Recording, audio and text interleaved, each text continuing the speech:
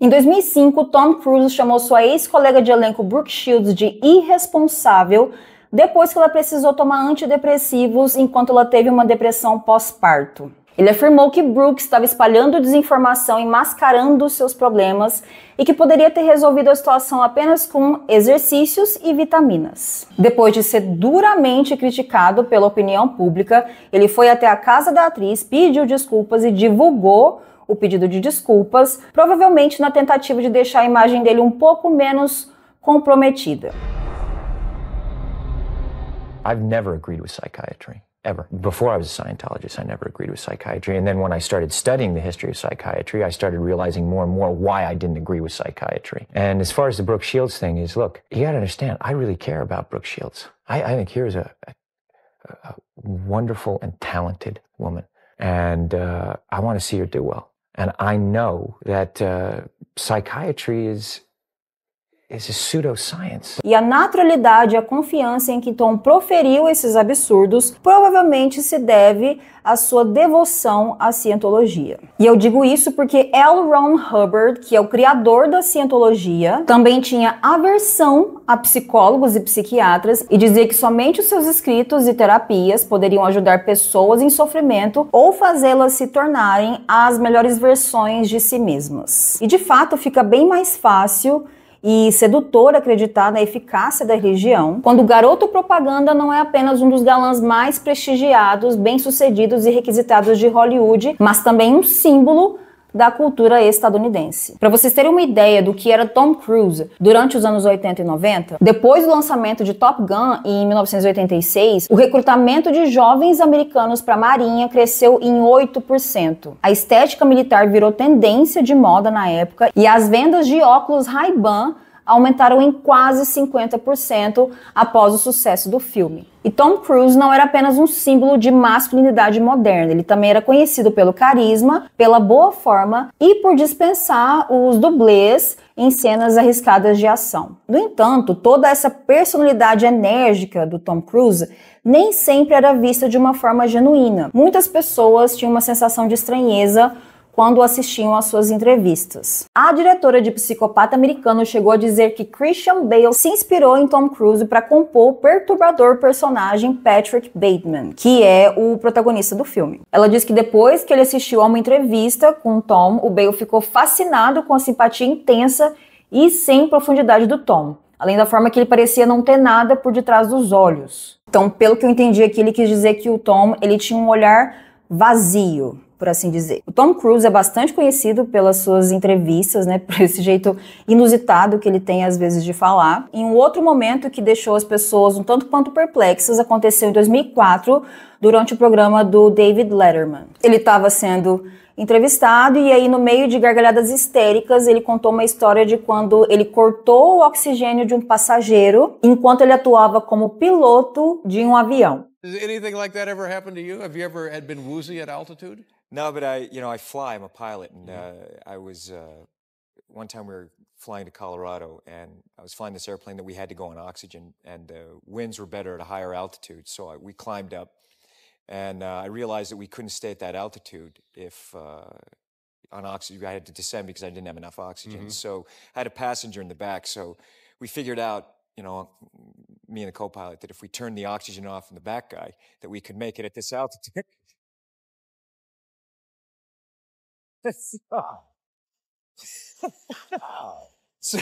So we, you know, it wasn't dangerous or anything, you know. Now, what happened when you turned this oxygen off? He was very quiet. He felt. Wow. He fell asleep. He fell asleep. He slept the whole way. Yeah. Wow. But you know, he's the kind of guy you wanted to have him sleep the whole way. You know, it's like just. But honestly, looking at it from another direction, isn't that attempted manslaughter?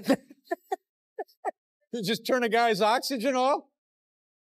You're lucky you're not doing time, for the love of God. Pelo que eu interpretei nas minhas pesquisas e pelas alegações de algumas pessoas que conviveram com ele, talvez esse jeito efusivo dele e essa espontaneidade calculada, né, engessada dele, tenham tido origem na sua infância. A autoestima sempre foi uma questão para ele. A relação com o pai não era das melhores quando ele era criança. Ele foi diagnosticado aos 7 anos de idade com dislexia. Na época, tanto a mãe quanto as irmãs também foram diagnosticadas com dislexia, né, por se tratar de uma condição genética. Ele contou que tinha muita dificuldade de aprendizagem por conta da dislexia. Ele não conseguia ler nada, ele começava a ler uma página, chegava no final da página, não sabia o que tinha lido, não se lembrava do que tinha lido, e aquilo fazia com que ele se sentisse incapaz. E esse talvez tenha sido um dos aspectos que tenha convertido Tom Cruise para a religião, porque ele conta que a igreja curou a sua dislexia. Foi dentro da religião também que ele conheceu o seu grande amigo e líder da igreja,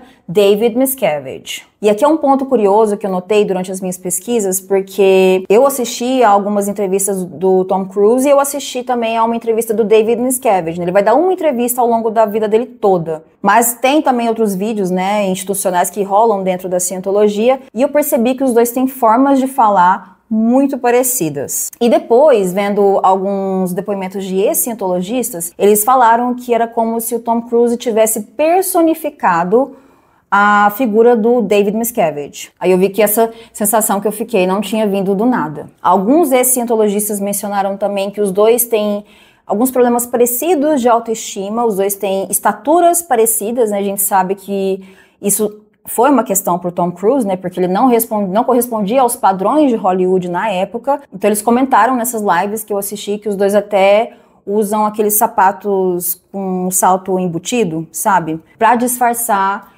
essa baixa estatura. Mas a maior questão aqui, né, dada essa amizade e essa lealdade do Tom Cruise com a cientologia, é de que até que ponto o Tom está ciente ou até mesmo é conivente com as graves acusações feitas por dezenas de cientologistas contra a igreja. Ao longo de 71 anos de existência, a igreja foi alvo de denúncias como tráfico humano, trabalho análogo à escravidão, tortura e espionagem. E mesmo assim, Tom Cruise permanece fiel. Então seria ele mais uma suposta vítima da cientologia ou um dos seus maiores vilões? In the year 2005, what was the first thing that you witnessed that personally horrified and frightened you?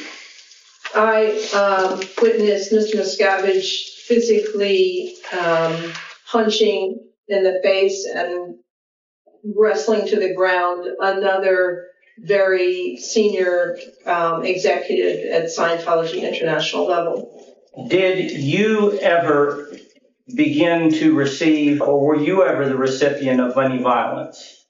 Yes, I was.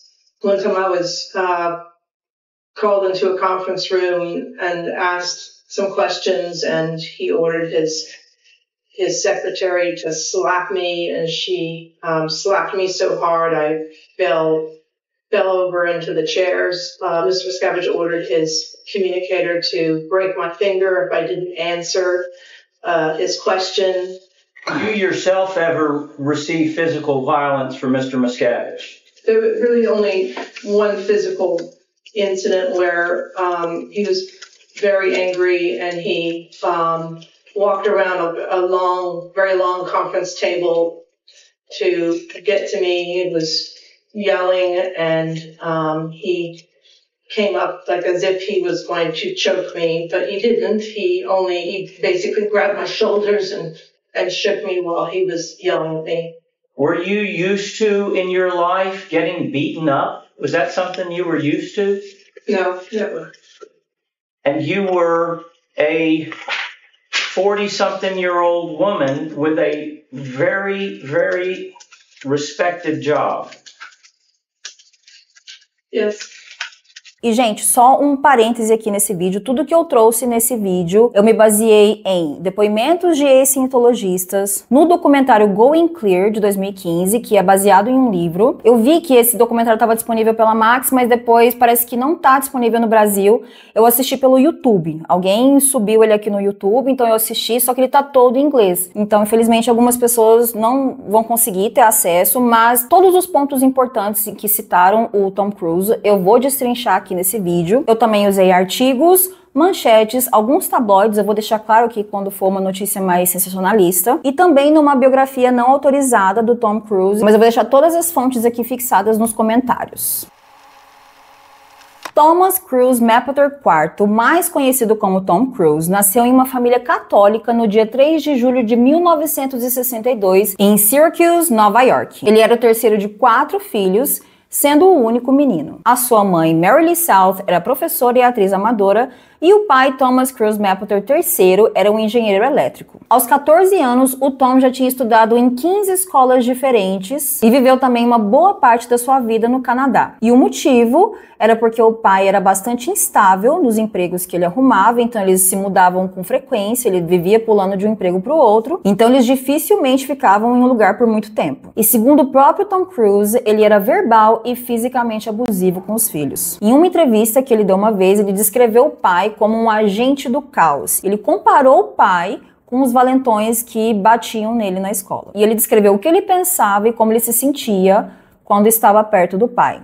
Abre aspas. Tem algo de errado com esse cara. Não confie nele. Tome cuidado perto dele. Quando Tom tinha 12 anos de idade, a mãe decidiu se separar do pai.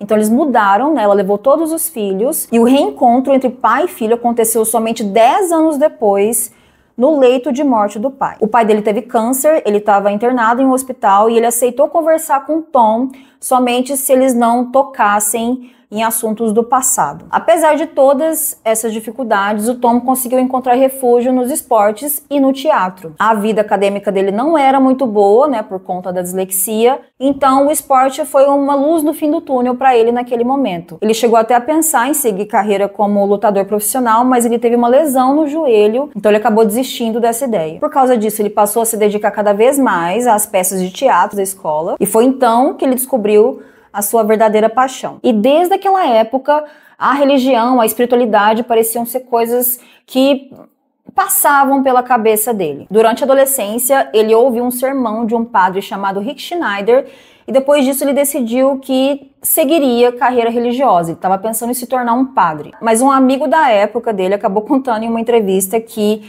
essa ideia dele acabou não dando certo porque ele e o Tom decidiram roubar algumas bebidas alcoólicas dos padres e eles levaram para uma floresta e lá alguns outros adolescentes encontraram essas garrafas de bebida alcoólica, eles ficaram totalmente alcoolizados e por causa disso o Tom acabou sendo expulso da escola. Ele não foi formalmente expulso, mas ele foi convidado a não aparecer mais por lá. Aos 18 anos de idade, ele abandonou o ensino médio e se mudou para Nova York para tentar a vida de ator. E lá ele trabalhava como garçom enquanto fazia alguns testes de elenco. Pouco tempo depois, ele se mudou para Los Angeles e lá ele foi contratado por uma das maiores agências de talentos de Hollywood. Em 1981, ele estreou no cinema em Endless Love ao lado de Brooke Shields, mas a consagração mundial viria 5 anos depois com Top Gun.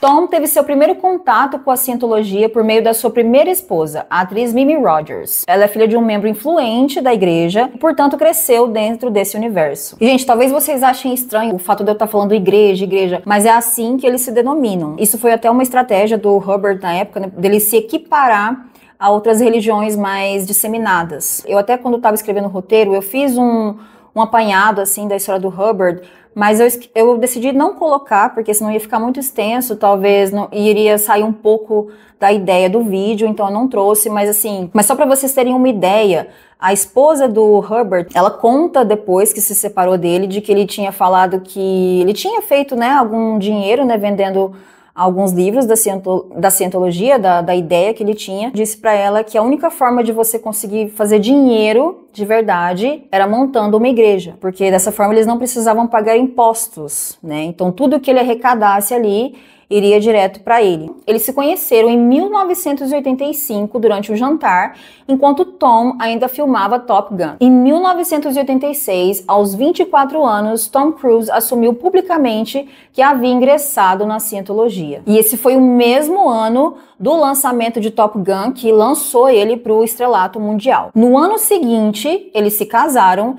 E nesse ponto, o David Miscavige viu que ali existia uma oportunidade de lançar a cientologia. Até ali a cientologia já era um tanto quanto polêmica por causa das pseudociências, né, das afirmações não cientificamente comprovadas, algumas alegações também. Então ali ele viu uma chance de tornar a cientologia mais respeitada, né, fazer dar uma repaginada, fazer um rebranding da cientologia. Uma jornalista chamada Janet Reitman, que fez umas pesquisas, umas investigações sobre a cientologia, disse que o David Miscavige teria dito o seguinte, abre aspas, esse cara é tão famoso que poderia transformar completamente a imagem da cientologia, fecha aspas. E aí, gente, a partir daqui vai ser um festival de rasgação de seda pro Tom Cruise. Por quê? Porque o Tom Cruise virou uma espécie de messias da cientologia e por causa disso ele tinha um tratamento mais do que VIP dentro da igreja. Antes de receber o Tom na cientologia, eles fizeram toda uma reforma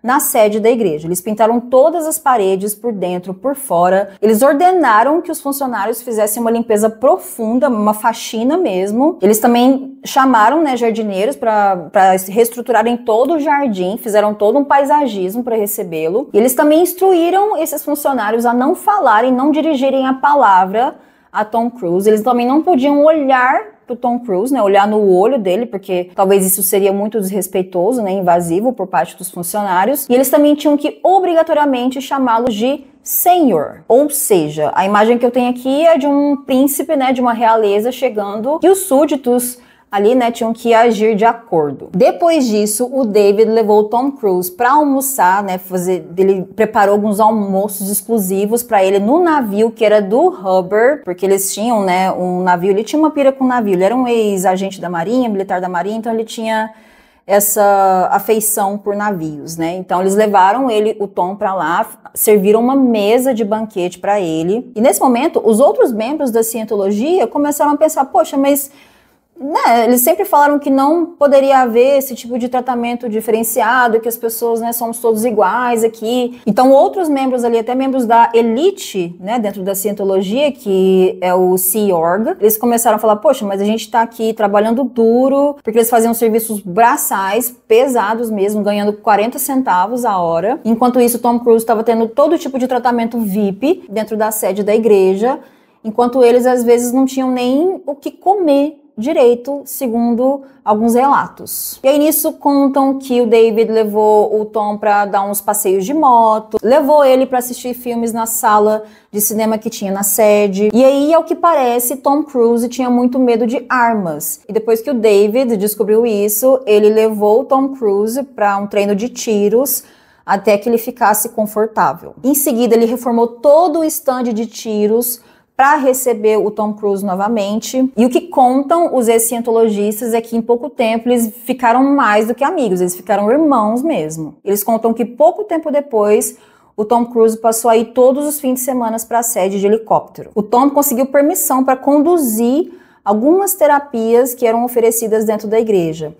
E o problema é que para você atingir um patamar para conduzir essas terapias, você tem que desembolsar muitos milhares de dólares, porque dentro da doutrina deles você consegue evoluir dentro da igreja a partir de cursos que você faz, e todos esses cursos têm um custo e levam anos para serem concluídos. Muitos contam que eles terminavam um curso, eles achavam que agora eu atingi meu nível máximo. Não, mas espera aí, que tem um módulo 25º.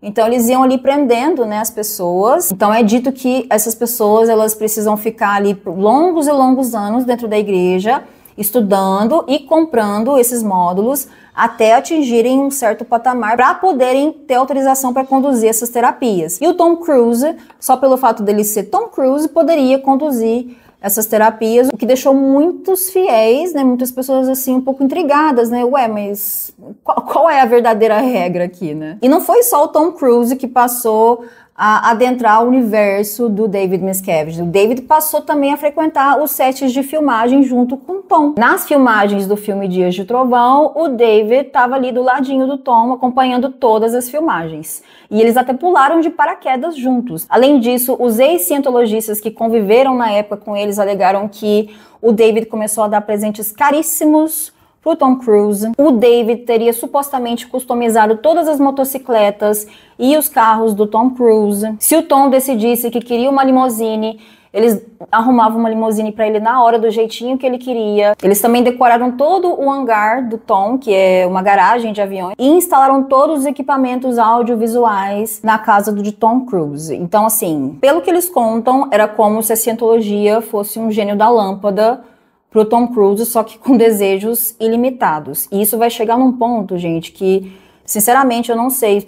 Pra você que é fã de Tom Cruise, você quer continuar sendo fã dele, não termina esse vídeo, porque as coisas aqui só vão piorar. No dia 9 de dezembro de 89, o Tom Cruise e a Mimi Rogers deram entrada no divórcio e 2 dias depois ele começou as gravações do filme Dias de Trovão ao lado de Nicole Kidman. E ele descreveu esse primeiro contato com a Nicole como, abre aspas, um desejo instantâneo, fecha aspas. O processo de divórcio dele com a Mimi saiu em fevereiro de 1990 e em dezembro do mesmo ano ele e a Nicole se casaram. Posteriormente, em uma entrevista, a Mimi Rogers declarou que o Tom estava pensando em se tornar um monge mais ou menos ali na época do divórcio. Ela disse, abre aspas, pelo menos naquela época parecia que o casamento não se encaixava em sua necessidade espiritual. E ele achava que precisava ser celibatário para manter a pureza de seu instrumento, se é que vocês entenderam. Então, assim, parece que o desejo do sacerdócio, né, de trabalhar mais esse lado espiritual ainda estava presente na mente de Tom Cruise. Uma outra coisa que aconteceu na época também é que a Mimi, ela é 9 anos mais velha que o Tom Cruise. Hoje em dia, para as mulheres, né, isso já é difícil, então imagina na época, né? Ela sofria muito preconceito e acabavam taxando ela como a esposa de Tom Cruise, né? Quando L. Ron Hubbard faleceu ou descartou seu corpo atual, segundo as crenças da Cientologia, no dia 24 de janeiro de 1986, ele não nomeou nenhum sucessor oficial. Quem assumiu a liderança da igreja foi o ambicioso David Miscavige, apontado por muitos, inclusive pelo próprio pai, como um verdadeiro ditador. David conheceu a Cientologia aos 11 anos de idade. Seus pais eram membros da igreja e ele dizia que a Cientologia havia curado a sua asma. Quando Hubbard conheceu David, ele ficou encantado com a ambição dele. Em pouco tempo, o David se tornou uma espécie de faz-tudo pro Hubbard. Mandava as mensagens dele, né, e ficava ali intermediando essas interações. Em um dado momento, o Hubbard inventou que ele seria um cineasta, então o David se prontificou a ser seu assistente de câmera. E desde muito jovem, o David já dominava algumas dessas terapias, né, de audições da Cientologia. E por conta de toda essa proatividade, ele foi nomeado chefe de ação da igreja. Como líder da Cientologia, o David vem enfrentando uma série de acusações graves, como tráfico humano, trabalho forçado, abuso infantil, assédio, espionagem, além de violência física e psicológica contra outros membros da igreja. Segundo relatos de alguns ex-cientologistas, o David, ele é extremamente agressivo, controlador, e alguns até dizem que ele tem traços de sociopatia. E tem também o polêmico desaparecimento da sua esposa, a Shelley Miscavige. Ela foi vista pela última vez em 2007, no funeral do pai dela. A atriz e ex-cientologista Leah Remini, que atualmente processa a igreja por assédio e abuso, chegou a registrar um boletim de ocorrência sobre o desaparecimento de Shelley. Na época, o Departamento de Polícia de Los Angeles afirmou que esteve com Shelley em 2013 e que estava tudo bem. Já a igreja declarou que ela estava apenas envolvida com tarefas internas, então ela estava um pouco mais reclusa. E até hoje ela nunca mais foi vista publicamente e tem toda uma campanha nos Estados Unidos que eles perguntam, né, onde está a Shelley Miscavige? Porque parece que ela sumiu do mapa mesmo. A Leah Remini conta que durante o casamento da Katie Holmes com o Tom Cruise, em um momento que eles estavam lá conversando, ela jogou a pergunta, ué, cadê a Shelley? E nesse ponto todo mundo fechou a cara e, né, já tiraram ela ali do local de uma maneira muito estranha. Ficou um clima tenso no ar, ela não sabia o que ela tinha falado de errado, mas assim, parece que ela tinha falado a coisa mais absurda do mundo. Ela foi totalmente criticada pelos outros membros da igreja que estavam lá, falaram que ela estava tentando destruir o casamento, e depois disso, só por causa dessa pergunta, ela conta que foi perseguida por durante 3 meses. My family started getting interrogated on this lie detector, the e-meter. For asking questions, I was getting punished. For asking questions, my family started to get punished. They were interrogating my family now and trying to turn my family against me. Em 2016, o próprio pai de David, o Ron Miscavige, que também deixou a igreja, publicou um livro no qual descreve o filho como um ditador, líder de uma seita que suprime qualquer tipo de dissidência, mantém seus seguidores na pobreza e apresenta indícios de comportamento sociopata. Então veja, né, gente, isso é que o próprio pai tá dizendo sobre ele. Ron faleceu aos 85 anos e em seu leito de morte apenas um de seus 4 filhos foi se despedir. Os outros permanecem ligados à Cientologia até hoje. Então vocês estão vendo o quanto a presença de celebridades, e principalmente do Tom Cruise, é importante dentro da igreja? Porque dessa forma eles credibilizam a igreja, né? Como que o Tom Cruise, o John Travolta, que são, né, os galãs, os mocinhos dos filmes, vão estar dentro dessa igreja compactuando com esse tipo de coisa. Então acaba que isso contribui para uma imagem mais positiva da igreja. Para que a gente entenda o mecanismo de controle da cientologia, a gente vai precisar falar de duas práticas centrais da religião, que são as audições e a desconexão. E assim, gente, eu traduzi essas terapias com esses nomes, mas eu não sei se esses são os termos que são usados aqui no Brasil. Mas isso é irrelevante. O mais importante aqui é a gente entender como isso funciona enquanto mecanismo de controle. A audição é uma espécie de entrevista conduzida por um membro treinado da cientologia e ele é conhecido como auditor. E durante essa prática é utilizado um aparelho chamado e-meter. A pessoa que se submete à sessão segura 2 eletrodos conectados ao dispositivo enquanto o auditor faz perguntas específicas. E ao longo do processo, a máquina registra variações, né, como frequência cardíaca, esse tipo de coisa, que são posteriormente interpretadas pelo auditor. No documentário que eu vi, eles compararam essa maquininha como uma espécie de detector de mentiras, que por sua vez é um equipamento bastante contestável também, diga-se de passagem. E na época, essa foi a forma de terapia que mais fez sucesso, né, mais colocou a cientologia em voga mesmo. E na época foi bastante polêmico, porque não tem nenhuma base científica, então entra ali no grupinho de pseudociências. E o objetivo dessa terapia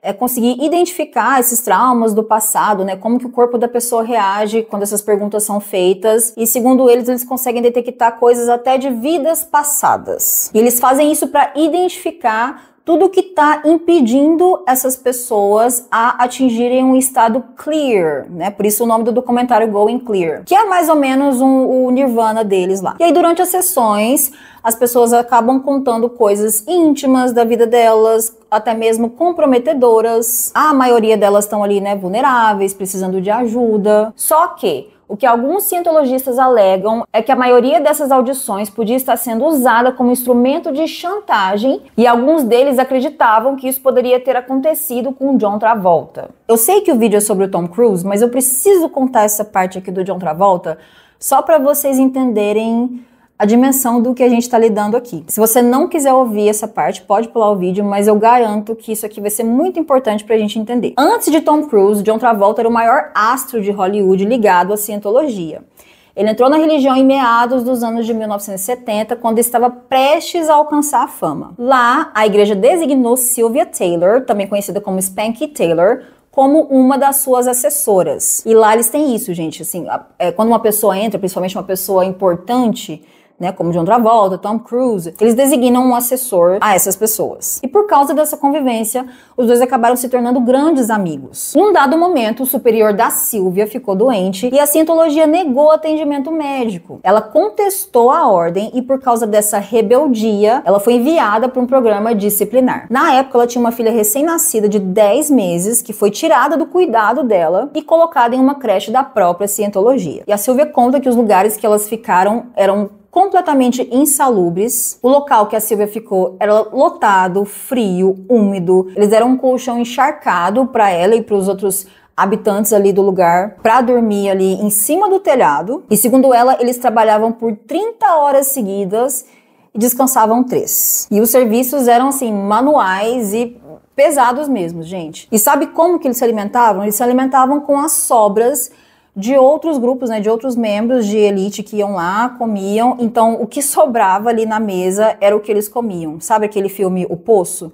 É mais ou menos aquela ideia ali. A creche que a bebê ficou também era lotada, úmida, fria, e havia uma babá para cada 12 crianças. E ela conta que as crianças raramente viam a luz do dia, porque elas ficavam a maior parte do tempo confinadas dentro dessa creche. Depois de 6 meses confinada, a Sylvia conta que ela recebeu a visita de 2 missionários da cientologia, porque supostamente o John Travolta estava dando indícios de que queria deixar a religião. E a Sylvia era a única pessoa que poderia convencê-lo do contrário. Então, assim, pelo que eu entendi, ela era o elo mais forte entre ele e a igreja. E eles já estavam sem se ver desde o momento que ela foi colocada lá dentro. E aí, gente, olha que doideira. Eles fizeram ela ligar para ele, foi uma ligação supervisionada, E lá, ela combinou que o John teria que trazer uma fita do filme Embalos de Sábado à Noite, que nem havia sido lançado no cinema ainda. Então, o John Travolta teria uma fita lá, uma cópia com ele. Então, ele daria essa fita para ela poder passar o filme numa sessão de cinema que ela teria ali com as outras pessoas que estavam com ela. E, em troca, ela poderia sair com o John Travolta para jantar. O John Travolta supostamente conseguiu essa cópia exclusiva, deu essa cópia para ela. E depois da sessão de cinema, ela ficou sabendo que o jantar não aconteceria. E nisso, o John Travolta teria ficado furioso. Então ele ligou para ela e disse para ela que ele não acreditava do porquê ela estava se submetendo àquilo, que ela tinha abandonado a filha dela e que a menos que ela tivesse tirado a vida de alguém, ela não merecia estar naquela situação. Então ele já estava, né, ao que parece, sabendo do que estava acontecendo e não entendia o porquê que a Sylvia estava aceitando tudo aquilo. E depois disso, a amizade deles acabou. A Sylvia, que até então acreditava que estava fazendo aquilo com o intuito de se tornar uma pessoa melhor, disse que essa ligação foi o que tirou ela do transe que ela estava. Ela arrumou uma forma de ir visitar a filha, né, num prédio que ficava do outro lado da rua, e chegando lá, ela ficou chocada com a condição que ela encontrou a filha. Ela disse que a bebê estava muito suja, que tinha urina por toda a parte, que ela estava com a fralda sem trocar há dias, e que tinha moscas no lugar, assim, voando em torno da criança. E o pior de tudo, gente, a bebê tinha contraído coqueluche. Depois de ver a filha nessa condição, ela armou um plano para escapar. Na época, ela acabou engravidando enquanto estava confinada nesse local. Então, ela arrumou uma desculpa lá com seguranças, falou que precisava ligar para o médico dela. E nisso, ela ligou para uma pessoa, para uma mulher que trabalhava pro John Travolta e deu um endereço, tudo para essa mulher e combinou da mulher ir lá buscá-la num horário combinado. A mulher, felizmente, chegou no horário combinado. A Sylvia mentiu ali pros guardas, dizendo que era a cunhada dela e que ela tinha vindo para levar a bebê pro médico. Isso com o guarda falando, você tem autorização? Ela, claro, tem. E nisso ela entrou no carro, a mulher já arrancou com o carro e ela conseguiu, enfim, fugir daquele pesadelo. E aí muitos se perguntaram o porquê do John Travolta ter permanecido na Scientologia e mesmo tendo mostrado indignação com tudo aquilo. E nessa mesma época os tabloides começaram a especular sobre a sexualidade de John Travolta. E o que alguns ex-cientologistas suspeitam é que a igreja tem muitas confissões comprometedoras do John Travolta nessas audições. E existe até um rumor de que uma pessoa lá dentro pediu para que levantassem todas as partes, né, todos os podres, as partes mais comprometedoras do John Travolta dessas audições, para, de certa forma, controlar a permanência do John Travolta na Scientologia. E o Mike Rinder, que é um ex-cientologista de alto cargo lá dentro, disse que isso acontece mesmo e que ele mesmo já precisou fazer esse levantamento quando recebeu ordem de superiores. A desconexão, como o próprio nome já diz, é uma política na qual eles encorajam alguns membros a se desconectarem, a se afastarem de pessoas que eles consideram supressivas. Ou seja, as pessoas que são críticas às normas da igreja. Então, as pessoas que discordam ou questionam as doutrinas empregadas pela igreja são consideradas pessoas supressivas, que consequentemente são tratadas como uma ameaça pela igreja. Então, os membros são, ao que parece, pressionados a cortarem laços com essas pessoas. E, inclusive, a Nicole Kidman, ao que parece, foi considerada uma pessoa supressiva dentro da igreja. E esse é um dos aspectos que acabam classificando a Scientologia como uma seita, né? Porque isso é um mecanismo comum dentro de seitas e dentro de relacionamentos abusivos também. Eles querem que vocês percam contato com as pessoas que te amam, que de certa forma pode trazer um pouco ali de clareza para você. E para quem tiver mais curiosidade de entender como que funciona melhor a Scientologia, eu indico vocês assistirem o episódio de South Park que eles fizeram sobre a Scientologia. Pelo menos assim, a parte que eles falam do recrutamento de pessoas, das audições e a mitologia. A mitologia é super fiel, gente. Aquilo ali que o South Park colocou é exatamente como eles acreditam que o mundo foi feito. Então, assistam para vocês conseguirem entender.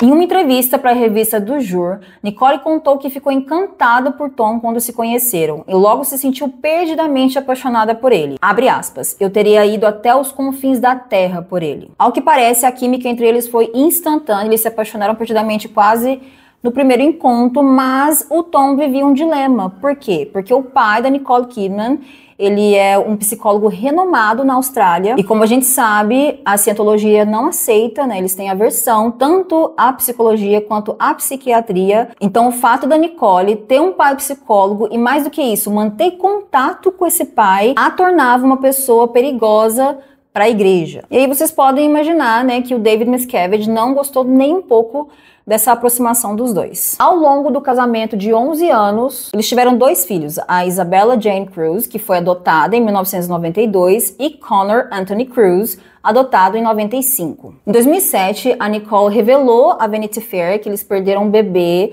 e que foi bastante traumático para ela. E a decisão de adotar a Isabella aconteceu depois disso. E aqui, então, eles estavam formando uma família. O Tom, ele estava investindo a maior parte do tempo dele na família, no casamento dele. E isso passou a incomodar cada vez mais o David Miscavige, segundo os relatos. Um ex-cientologista de alto cargo chamado Mike Rinder, que é uma das maiores vozes assim contra a cientologia, porque por ser de alto cargo, ele teve acesso a muitas coisas que somente ele poderia denunciar, contou que o relacionamento da Nicole com o Tom parecia estar afastando o Tom da igreja, e que entre 1992 e 2001, o Tom já não era tão presente quanto antes. Segundo ele, o casal ficou por um tempo no Reino Unido para gravar o filme De Olhos Bem Fechados, de 1999, e nesse período Tom não manteve contato com David Miscavige, e isso deixava ele maluco. E a partir disso, o David encarregou um outro ex-cientologista, o Mark Rathbun, que também é outra pessoa que fez várias denúncias, para trazer o Tom Cruise de volta para a igreja e fizesse algo para separar a Nicole do Tom Cruise. E a forma que ele encontrou de fazer isso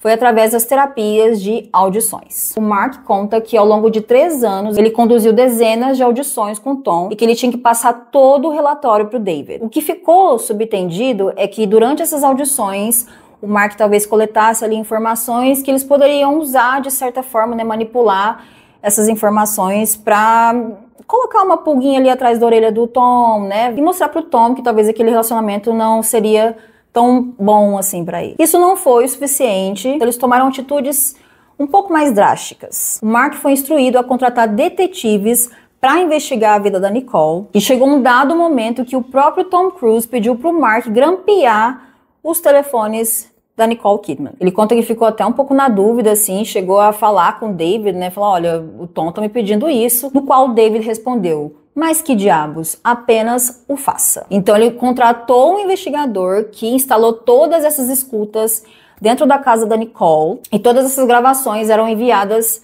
para David em seguida. Depois disso, com o intuito de aniquilar essa relação, eles voltaram a atenção para os filhos adotivos da Nicole. E para mim esse foi o golpe mais baixo que eles poderiam ter feito com ela. A intenção deles era colocar as crianças contra a mãe para que o Tom ficasse com a custódia deles. E aí lembra da pessoa supressiva que eu falei lá no início do vídeo? O intuito deles era fazer com que os filhos acreditassem que a Nicole se tratava de uma pessoa supressiva, ou seja, uma pessoa perigosa dentro da igreja. E desse modo, acredito que através de terapias e alienação parental, né, eles conseguiram afastar as crianças da Nicole. Em 2001, Tom deu entrada nos papéis do divórcio, 3 dias antes do aniversário de casamento de 10 anos dele. E segundo as notícias, a Nicole estava grávida quando ela ficou sabendo do divórcio. E no documento, o Tom justificou o pedido alegando, abre aspas, diferenças irreconciliáveis. Já para Nicole, a decisão do divórcio foi uma surpresa. Em 2012, ela contou em uma entrevista que os dois eram super dependentes um do outro, que eles acabaram se fechando em uma bolha por causa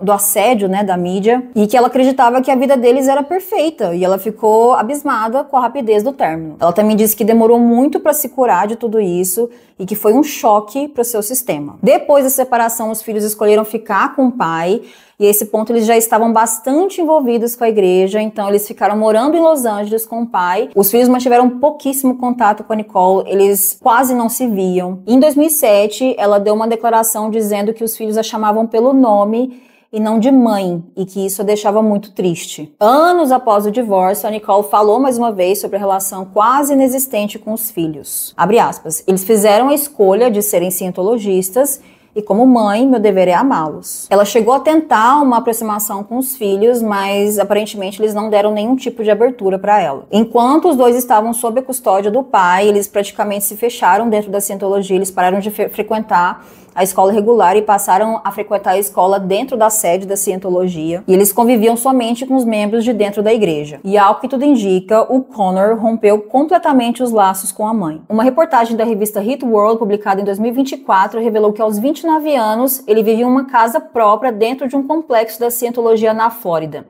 E já alcançou o mais alto nível da hierarquia da igreja. Parece que ele está no mesmo nível do pai agora. E algumas fontes próximas dele contam que ele venera o pai, ele praticamente beija o chão que o Tom Cruise pisa. E parece que ele não dá nenhuma abertura, nenhum espaço, nenhuma chance para a mãe para uma possível reconciliação. Isabela, por sua vez, que na época do artigo tinha 31 anos, vive em Londres com o marido e, ao que tudo indica, mantém uma relação um pouco mais próxima com a mãe. Então ela curte algumas fotos da mãe, parece que as duas são um pouco mais próximas. E a razão pelo qual a Nicole, nem outras, nem a Katie, nem outras ex-namoradas do Tom Cruise não falarem nada sobre o assunto é porque elas provavelmente assinaram uma NDA, que são aqueles contratos para manter sigilo.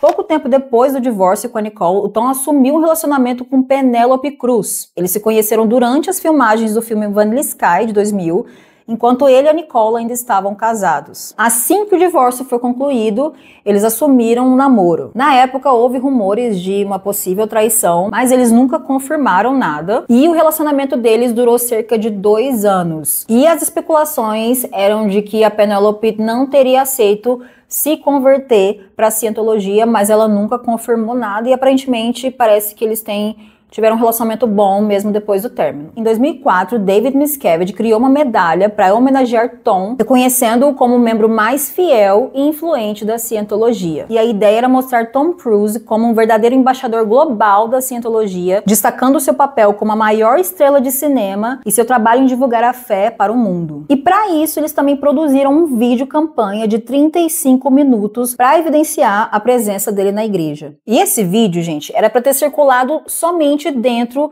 da Scientology, mas ele acabou vazando, um corte de 9 minutos desse vídeo, acabou vazando, e do dia pra noite já estava por toda a internet, e todo mundo ficou, assim, um pouco perplexo com esse vídeo. Por quê? Esse vídeo mostra o Tom Cruise com o tema do Missão Impossível no fundo.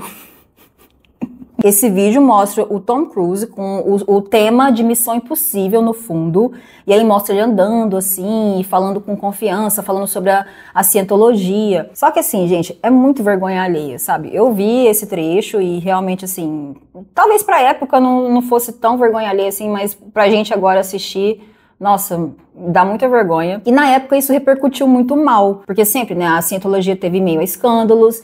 Então, a forma que ele estava ali se posicionando e falando que a Scientology é isso e que é aquilo, e que só eles teriam o poder de salvar o mundo, não pegou muito bem para ele. Então, as pessoas criticaram ele bastante por causa desse vídeo. Mas ele basicamente coloca a Scientology como a cura de todo o mal do mundo, que um Scientologista é capaz até de converter adictos e assim por diante. Ainda em 2004, segundo relatos de ex-cientologistas, o Tom Cruise começou a dizer aos 4 cantos que estava em busca de uma namorada. De acordo com Mark Rinder, ele teria reclamado que a irmã dele não estava conseguindo arrumar uma namorada para ele, o que eu achei bastante estranho, Por que a sua irmã teria que arrumar uma namorada para você? E então a Scientology se colocou à frente nessa missão. Mas para eles era importante que o Tom se relacionasse com alguém de dentro da igreja, porque eles não queriam passar a mesma coisa que eles passaram com a Nicole Kidman. E essa parte que eu vou contar pra vocês aqui agora, talvez seja a coisa mais sinistra e maquiavélica que a gente vai ouvir do que supostamente Tom Cruise teria feito dentro da Scientology. De acordo com relatos, para conseguir uma namorada pro Tom Cruise, eles supostamente criaram um programa de recrutamento de mulheres atrizes com a desculpa de que elas seriam selecionadas para um novo vídeo de treinamento que circularia dentro da Scientology. A pessoa responsável por esse recrutamento seria nada mais nada menos que Shelley Miscavige, a mulher de David Miscavige, que sumiu, lembra? E ela foi instruída a fazer audições com várias mulheres. A Shelley então começou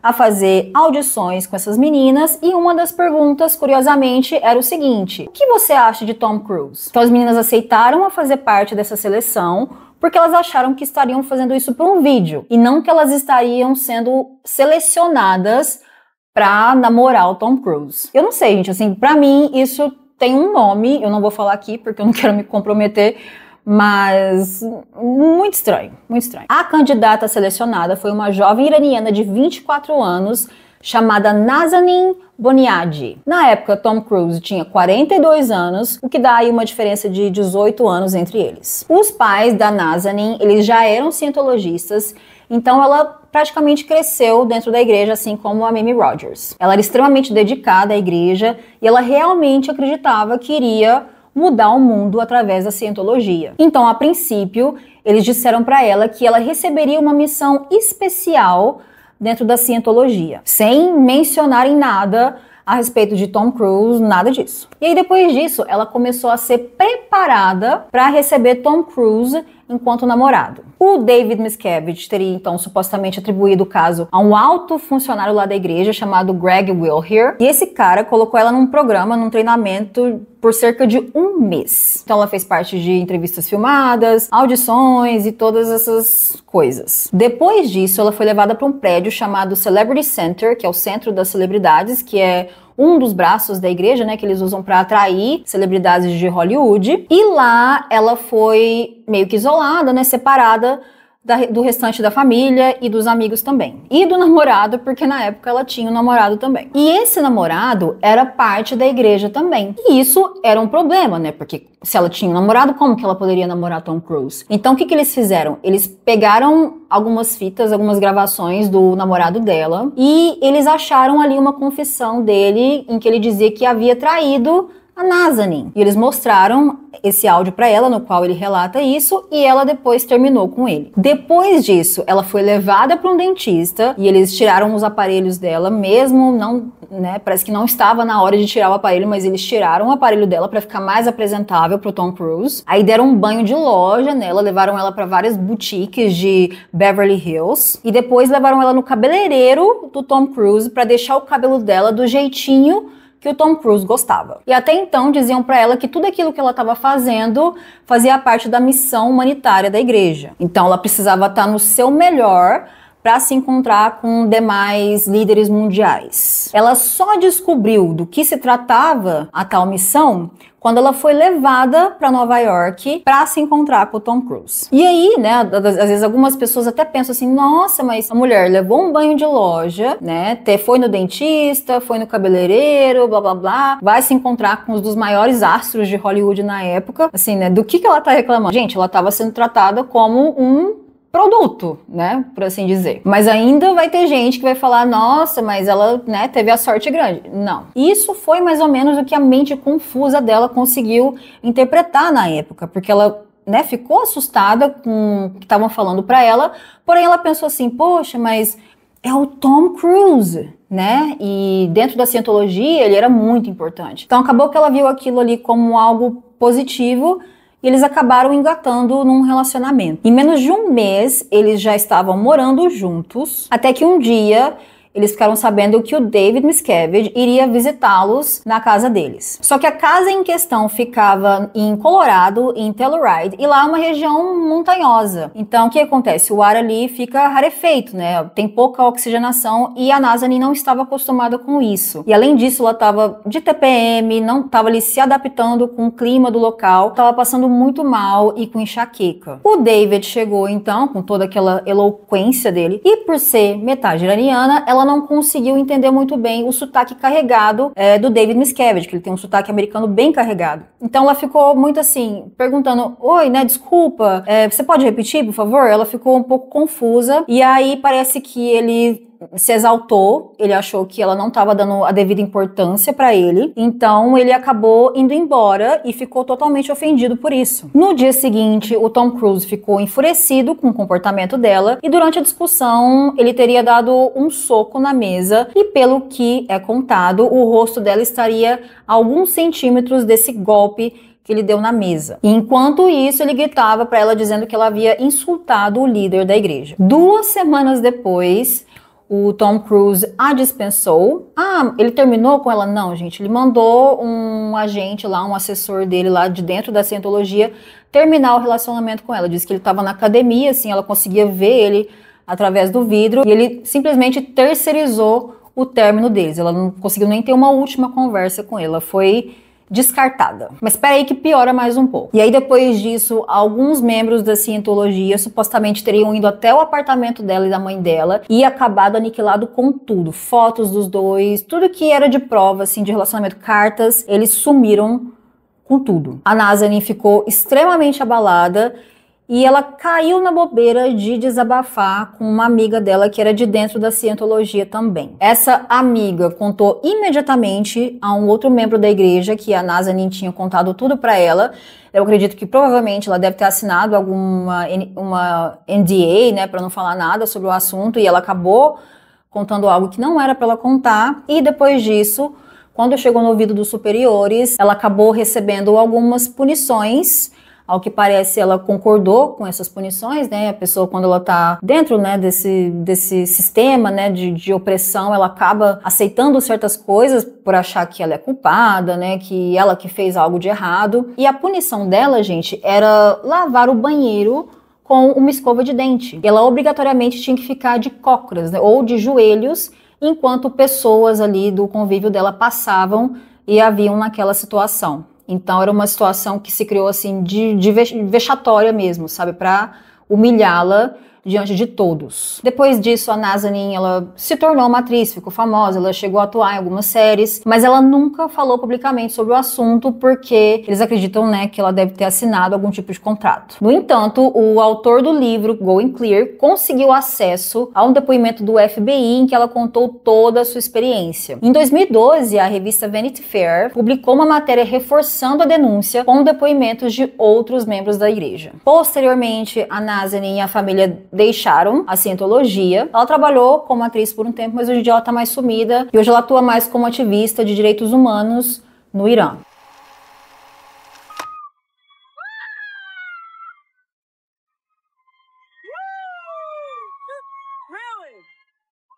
Really? Something happened to you. Something happened to you. I'm in love. I've never seen you behave this way before. I know. Have you ever felt this way before? Em uma entrevista para a revista Seventeen, em 2004, Katie Holmes revelou que aos 15 anos sonhava em se casar com Tom Cruise e mantinha pôsteres do ator colado nas paredes do seu quarto. Houve uma vez em que ela chegou até a dizer em tom profético para as irmãs que um dia iria se casar com Tom Cruise. Então, desde pequena, a Katie Holmes tinha um crush no Tom Cruise, por assim dizer. A atriz Mary Beth Beal, que contracenou com a Katie na série Dawson's Creek, diz que a Katie nunca escondeu o crush que tinha por Tom e que ela era um pouco obcecada por ele. Quando a Mimi Rogers fez uma participação no episódio de Dawson's Creek, a Mary conta que elas estavam ali no camarim fazendo a maquiagem, ela, a Katie, mas outras pessoas do elenco, e a Katie começou a contar tudo da vida do Tom Cruise. Ela sabia tudo sobre a Mimi Rogers, sobre o relacionamento com a Nicole Kidman, sobre a Scientologia. Então, o que parece, a Katie era um pouco assim fascinada pelo Tom Cruise e ela tinha estudado sobre a vida dele. A versão mais difundida pela mídia de como eles teriam se conhecido foi o seguinte: depois de ler a matéria na Seventeen, o Tom Cruise teria pedido para o assessor dele entrar em contato com a Katie Holmes e supostamente ele queria conhecê-la para chamá-la para um papel no Missão Impossível 3. Na época, a Katie tinha acabado de terminar um noivado com o ator Chris Klein e morava em Nova York. Então ela saiu de Nova York e voou para Los Angeles para se encontrar com o Tom Cruise. E a Katie conta depois em entrevistas que ela soube naquele momento da ligação que os dois ficariam juntos. Na versão de alguns ex-cientologistas e daquela biografia não autorizada que eu falei pra vocês, que agora eu vi o nome do autor, que é Andrew Morton, o encontro dos dois não teria sido tão orgânico assim. Ou seja, dá a entender que a cientologia teria mexido alguns pauzinhos para que os dois se conhecessem melhor. E, gente, só um parênteses aqui. Esse livro, ele é bastante polêmico. Algumas pessoas dizem que ele é muito sensacionalista, que muita coisa ali, né, não faz sentido nenhum. Outras já usam o livro como base para certas coisas. Então, assim, só deixando aqui claro para vocês, né, a reputação desse livro, mas eu quis trazer mesmo assim porque eu acho interessante, eu acho curioso, tá? Um outro ex-cientologista que também trabalhava como segurança de Tom e Katie revelou que a igreja estava à procura de uma estrela de Hollywood para se relacionar com Tom e que isso era uma prioridade para David Miscavige. E segundo ele, essas candidatas precisavam preencher alguns requisitos. São eles: nunca ter tido nenhum vídeo íntimo vazado, nunca ter tido cenas de nudez em filmes e nunca ter tido problemas com abuso de substâncias. E assim, né, gente, se a gente for analisar aqui toda a persona da Katie Holmes, né, a forma que a imagem dela foi construída na mídia, os papéis que ela escolheu, ela, né, tem essa postura assim, por assim dizer, conservadora, né? Esse ex-segurança também disse que uma dessas candidatas seria Scarlett Johansson, porque ela é amiga da atriz Erika Christensen, que também é uma cientologista. E segundo ele, eles usaram uma escala de tons para escolher essas candidatas. A Scarlett estaria em 1.1 nessa escala de tom, o que revelava que ela poderia ser uma mulher perigosa. Então ela não foi selecionada, né, dentre o menu de mulheres que supostamente teriam sido apresentadas para Tom Cruise. E cá pra nós, né, gente? Scarlett Johansson, né? O Tom Cruise ia precisar fazer algumas viagens no caminhãozinho dele. Na época, essa entrevista com esse segurança repercutiu um pouquinho, e aí a assessoria da Scarlett Johansson, né, veio a público desmentindo tudo e dizendo que aquilo era tudo um absurdo. Aliás, gente, tudo que eu tô narrando aqui pra vocês, a igreja já se posicionou, o Tom Cruise também, em algumas das situações, já disse que, né, os advogados já negaram tudo, disse que isso é tudo teorias da conspiração. Ele também vai dizer que a Sofia Vergara chegou também a ter alguns encontros com Tom Cruise. Ela teria sido considerada uma das candidatas, mas que eles pararam de se ver por volta de 2005, poucas semanas antes do Tom conhecer a Katie Holmes. Ele conta que a Sofia supostamente sentiu que estava passando por algum tipo de processo de recrutamento e que a intenção por trás desse recrutamento era impulsionar a cientologia na América Latina. Porque a gente sabe que a Sofia Vergara ela é muito carismática, né, popular na América Latina, então eles estariam usando ela para esse fim. O que me deixou pensando depois que ele começou a namorar a Ana de Armas, né, que também é uma atriz cubana, uma atriz latina, e isso, sei lá, eu fiquei pensativa sobre isso. E, por fim, ele alegou que a Katie teria, sim, participado dessas entrevistas e desse recrutamento de mulheres para Tom Cruise. Em abril de 2005, o casal fez sua primeira aparição pública e, no mês seguinte, Tom deu aquela entrevista polêmica em que ele declarou o amor por Katie Holmes no programa da Oprah, pulando no sofá. Ai, gente, que vergonha! Pouco tempo depois, enquanto promovia o filme Batman, perguntaram a Katie se ela estava estudando a cientologia e ela respondeu que estava bastante positiva. Ela estava animada com a igreja e que gostava. Ela disse que havia começado as suas audições e sentia que estava melhorando como pessoa. Um ponto importante dessa entrevista é que ela disse que ela era católica, mas que para a cientologia isso não era um problema. Você pode ser católico e cientologia, você pode ter outras religiões.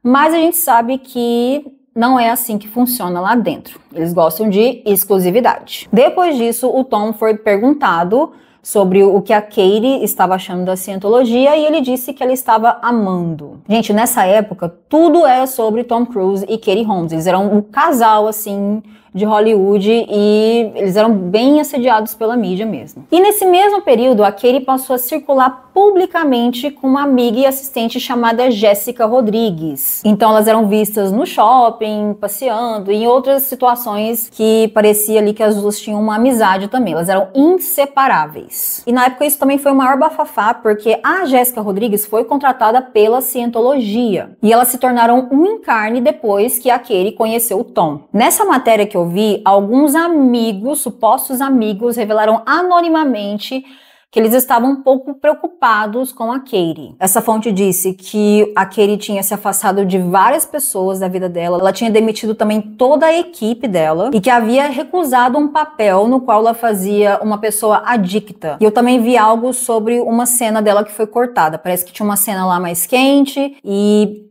misteriosamente essa cena foi cortada de um filme que ela estava gravando na época. Agora eu não vou me lembrar o filme, mas houve isso sim. E de modo geral, as pessoas estavam achando muito estranho a forma que a Katie se comportava nas entrevistas, a forma que ela falava do Tom Cruise, principalmente quando ela estava perto da assessora. Parece que era tudo muito fabricado, ensaiado, planejado. Ela mudou a forma que ela se vestia. Então, assim, as pessoas começaram a achar que ela estava sendo controlada pela cientologia e pelo marido. Tem até uma entrevista que ela estava dando, aí chegou a assessora assim com um anel de diamantes que o Tom Cruise tinha dado pra ela no meio da entrevista, sabe? Eles tinham essa mania de se declarar um pro outro de maneira muito, sabe, uau, e aí as pessoas falavam, nossa, que casal forçado, sabe, era tudo muito forçado. No dia 17 de junho, Tom pediu ela em casamento na Torre Eiffel e 4 meses depois do noivado, no dia 5 de outubro, o casal anunciou que estavam esperando um bebê. E segundo alguns tabloides da época, toda a gravidez foi cercada de circunstâncias um pouco sinistras. Foi noticiado na época que o Tom havia comprado uma máquina de ultrassom para deixar dentro de casa, para acompanhar a gravidez de perto. Na época, eles super criticaram o Tom Cruise, falou que ele era louco. Surgiram várias teorias da conspiração bizarras, assim, falando que o Tom acreditava que que o filho da Katie seria uma reencarnação do Hubbard, e que ele queria manter ali perto porque ele estava preocupado com isso. Enfim, gente, aí eu acho que, né, se bem que Tom Cruise, né, gente, eu não sei. Tem tanta gente doida nesse mundo, né? Com toda essa repercussão, a Katie acabou soltando uma nota na imprensa dizendo que não era nada daquilo, que eles tinham comprado a máquina porque ela receberia visitas do médico em casa, porque eles estavam sofrendo muito assédio da mídia. E eles não queriam, né? Eles queriam ter mais privacidade nesse momento. Outro rumor na época era de que o Tom estaria forçando Katie a seguir uma técnica da cientologia chamada parto silencioso. Essa técnica propõe que durante o parto o bebê teria que ser recebido em um ambiente calmo e silencioso para evitar traumas no bebê. Portanto, a mãe orientada a não vocalizar, chorar ou gritar caso sentisse dor durante o processo. Depois do nascimento, nem o médico nem o pai poderiam falar com o bebê e músicas e celebrações também são proibidas nesse caso. Outro rumor da época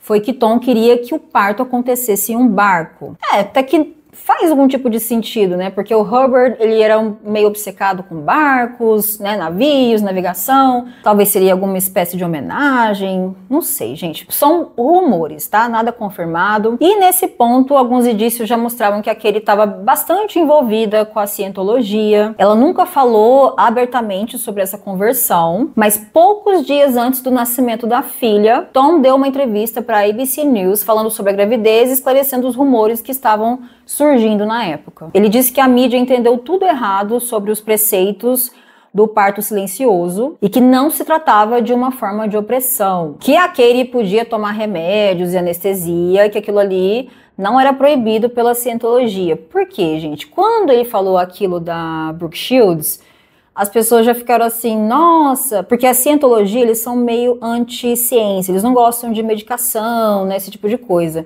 Então as pessoas ficaram falando, será que ela vai poder tomar anestesia? Será que ela vai poder se tratar caso ela tenha uma depressão pós-parto, né? Quais são os preceitos que ela vai ter que seguir? Então, né, por causa do que ele disse da Brooke Shields e várias outras falas que ele teve, né, a respeito dessa questão, as pessoas ficaram preocupadas. Ele disse que a Katie podia fazer o barulho que ela quisesse ou precisasse no momento do parto e que a técnica era sobre respeitar o momento da mãe. Na época também houve rumores de que os pais da Katie não estavam tão felizes assim com o relacionamento dos dois, então ele aproveitou essa entrevista para negar qualquer tipo de contenda ali com a família. Disse que a família dela estava confortável com a conversão dela para a cientologia e que Suri não seria batizada em uma igreja católica. Ele disse, abre aspas, quero dizer, você pode ser católico e ser um cientologista.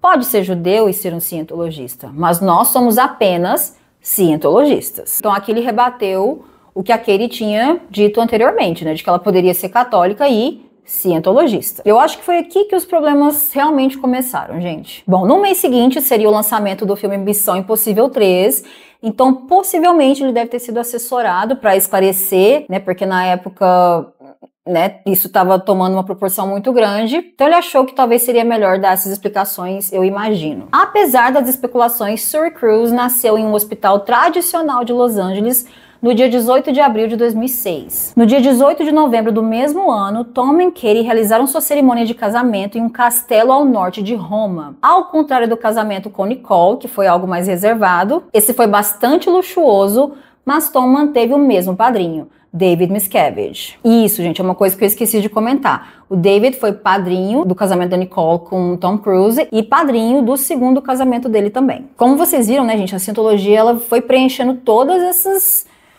lacunas que tinham na vida do Tom. Até os funcionários dele tinham que ser membros da igreja, né? Então é uma imersão mesmo dentro da religião. Segundo relatos de ex-cientologistas, esse casamento teria sido planejado pela Scientologia, né, pelo David Miscavige, com o intuito de fazer uma propaganda para a igreja. Então eles fizeram algo bem luxuoso, assim, bem robusto mesmo, para sair na mídia. E nesse casamento estavam presentes várias celebridades e eles fizeram questão de mostrar isso na mídia. A Leah Remini revelou posteriormente que a igreja pediu para que ela levasse Jennifer Lopez, que era uma amiga dela de longa data, e que durante a cerimônia eles tentaram manter Jennifer longe dela. Ela acredita que eles estavam tentando converter a Jennifer. E como vocês já sabem, nesse casamento ela fez a fatídica pergunta e depois disso a relação dela com a igreja se desfez completamente. Na época os tabloides começaram a falar que os pais da Katie não estavam felizes com o casamento. Eles se casaram oficialmente nos Estados Unidos porque lá a Scientologia é reconhecida enquanto igreja, mas em Roma, né, eles não podiam fazer isso, porém, né, dado a configuração ali do casamento, era um casamento, né, da Scientologia, só tinha cientologista lá, né, toda a cerimônia foi conduzida dessa forma, mas mesmo com essas supostas desavenças, o pai da Katie foi o padrinho dela de casamento, e esse homem, gente, ele foi um pai, viu? E que pai, porque ele vai fazer uma manobra de mestre para proteger a Katie desse casamento, da Scientologia, de Tom Cruise, de toda essa galera aí. Martin Holmes, o pai da Katie, é um renomado advogado especializado em direito de família com uma vasta experiência em divórcios. Como vocês puderam perceber, o noivado dele com a Katie foi muito longo, tanto é que eles tiveram a Surrey antes do casamento. E segundo rumores da época, o pai da Katie estaria preparando um contrato pré-nupcial gigantesco, quilométrico durante esse período, e por isso que levou tanto tempo para o casamento acontecer. E foi um acordo extremamente detalhado. Eles dizem que ele chegou com 5 caixas, assim, de maços de documentação, de papel, nesse acordo pré-nupcial. E o que esse acordo garantia a Katie? A proteção dos bens e da saúde financeira dela, a limitação da influência da Scientologia na vida dela e da neta, e a guarda e o direito sobre os futuros filhos do casal, ou seja, a custódia iria para Katie. Depois do casamento, o casal parecia estar vivendo um conto de fadas. Katie o acompanhava em todas as premiações e aos poucos a mídia passou a taxá-la como esposa submissa e especular em que ela estaria sendo controlada pela Scientologia. Nesse período, o casal só aparecia, assim, naquelas demonstrações de amor super desconfortáveis, sabe? Tinha hora que eles se beijavam, assim, no tapete vermelho, aí todo mundo falava, gente, parecia que eles tinham acabado de voltar de uma guerra, sabe? E eles davam aqueles beijos apaixonados, assim, e as pessoas ficavam, pelo amor de Deus, arruma um quarto, sabe? Aí vocês lembram daquela entrevista que a Nicole Kidman deu, dizendo que os filhos não a chamavam de mãe mais, e que aquilo a deixava muito triste? Poucos dias depois dessa declaração, a Katie falou para a revista Parade que o Connor e a Isabella, né, os filhos da Nicole Kidman, a chamavam de mãe. E essa declaração, gente, foi há poucos dias antes do Natal. Ela estava falando como que ela estava se sentindo em celebrar o Natal em família pela primeira vez. Era a primeira vez que ela ia celebrar com a Surrey. Ela disse que estava super feliz nessa entrevista e aproveitou o momento para elogiar os enteados. Ela disse, abre aspas, meu marido tem 3 irmãs. Ele foi criado por uma mãe solteira e tem 2 filhas. Ele é um ótimo pai e marido. Os 2 primeiros filhos dele, Connor e Isabella, são incríveis. Realmente inteligentes e gentis. Eles me chamam de mãe. Por outro lado, há quem diga que a relação dos dois não era tão perfeita assim. Aquele ex-cientologista e ex-segurança do casal, né, que falou sobre a Scarlett Johansson, disse que entre 2006 e 2002 o casal estava bem distante e que o Tom não dava tanta atenção assim pra Katie e pra filha. Ele disse que nunca presenciou nenhum tipo de intimidade assim entre o casal, acho que no sentido assim de carinho, né, essas coisas. Somente quando iam à academia e numa celebração de 4 de julho, que é um dia depois do aniversário do Tom, né? E que a Katie teria dado uma moto de aniversário pra ele. Ele também disse que o Tom não prestava muita atenção nos filhos, não dava muita bola, e que a impressão que ele tinha da Katie é que ela era uma presa sob a luz dos faróis, né? Ele usou esse termo. É como se fosse,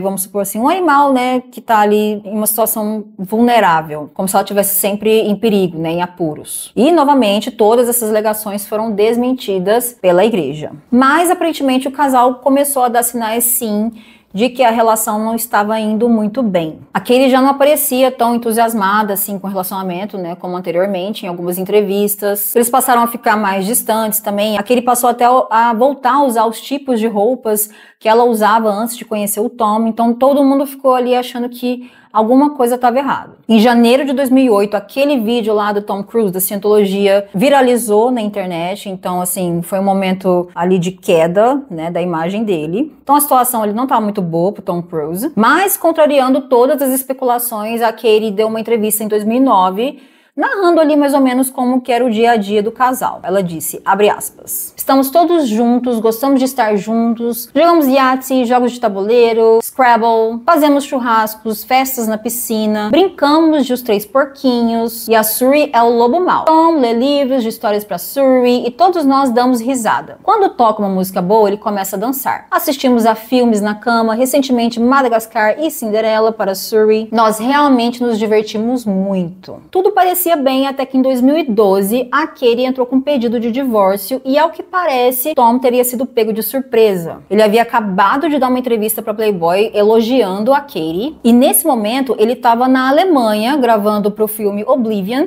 e a Katie estava em Nova York. E ela simplesmente mandou o pedido de divórcio para ele. Então, ao que parece, ela meio que agiu na surdina mesmo. Os rumores na época eram de que a Katie estava tentando proteger a filha da Scientologia. Depois disso, Tom foi questionado numa entrevista sobre isso. Ele foi perguntado se a Katie tinha se separado dele para proteger a Suri da Scientologia, e ele respondeu super ofendido, dizendo que não havia motivos para ter que proteger a Suri da Scientologia. E aí ele moveu um processo contra esses tabloides que estavam afirmando isso, e durante a audiência ele foi questionado pelo advogado se essa conversa tinha acontecido, se a Katie tinha dito algo, né, em relação a proteger a Suri da Scientologia. E aí ele não pode mentir, né, gente, no tribunal. E ele falou assim, realmente houve essa conversa sim. Então, em juízo, ele admitiu que a Katie teria mencionado algo desse tipo. Por causa do pai de Katie Holmes, o divórcio saiu muito rápido, saiu em 11 dias, e a Katie teve direito a custódia principal de Suri. E o que se sabe até aqui é que o Tom não tem mais relações com a Suri, ao que parece, né? Ele cortou relações, se desconectou com a filha, e ele é bastante julgado por isso, né, porque falam, nossa, ele abandonou tudo, né, abandonou a filha, mesmo com todas essas alegações contra a Scientologia, ele continua firme na igreja e defendendo a igreja. Então, assim, gente, é um caso bastante complicado, né, e uma curiosidade é que todas essas mulheres, né, a Mimi, a Nicole e a Katie se separaram dele quando elas completaram 33 anos. Elas tinham 33 anos. Então, só uma curiosidade aqui que eu queria compartilhar com vocês. E mesmo com tantas polêmicas, o Tom continua tendo o mesmo prestígio. Os filmes dele são sucesso de bilheteria, ninguém nem sonha sobre essas alegações contra ele. Ele tá agora, né, no relacionamento com a Ana de Armas. Parece que ela curtiu um post depreciativo, né, em relação à aparência da Nicole Kidman, no qual eles falavam ali da pele dela, e ela curtiu esse post. Teve uma outra situação também, parece que a Katie curtiu um post que falava do relacionamento dos dois. Então, a última coisa que se sabe aí sobre ele, sobre essa confusão toda, são essas alfinetadinhas, né, nas redes sociais. Então é isso, gente. Eu espero que eu tenha conseguido trazer tudo que eu encontrei sobre a relação do Tom Cruise com a cientologia. Ele foi, sim, muito importante e atuante no crescimento da cientologia. Por causa da influência dele, eu falo um pouco deles no vídeo do Chester Bennington e do Chris Cornell, né, que a gente fala um pouco dessas questões da cientologia. Também vale muito a pena assistir esse vídeo também para vocês entenderem a respeito da cientologia. Eu espero que vocês tenham gostado desse vídeo. Não deixa de deixar um gostei, de comentar. Eu amo quando vocês comentam, porque a partir disso eu consigo conhecer vocês, ter mais ideias, né, trazer mais vídeos. E se tiver a opção de hypar aí também, gente, gasta ele comigo, por favor, acho que são 3 por dia. Eu agradeço muito para quem ficou até aqui, a minha inscrita também, que me sugeriu a ideia para esse vídeo, e eu vejo vocês no próximo. Um beijo!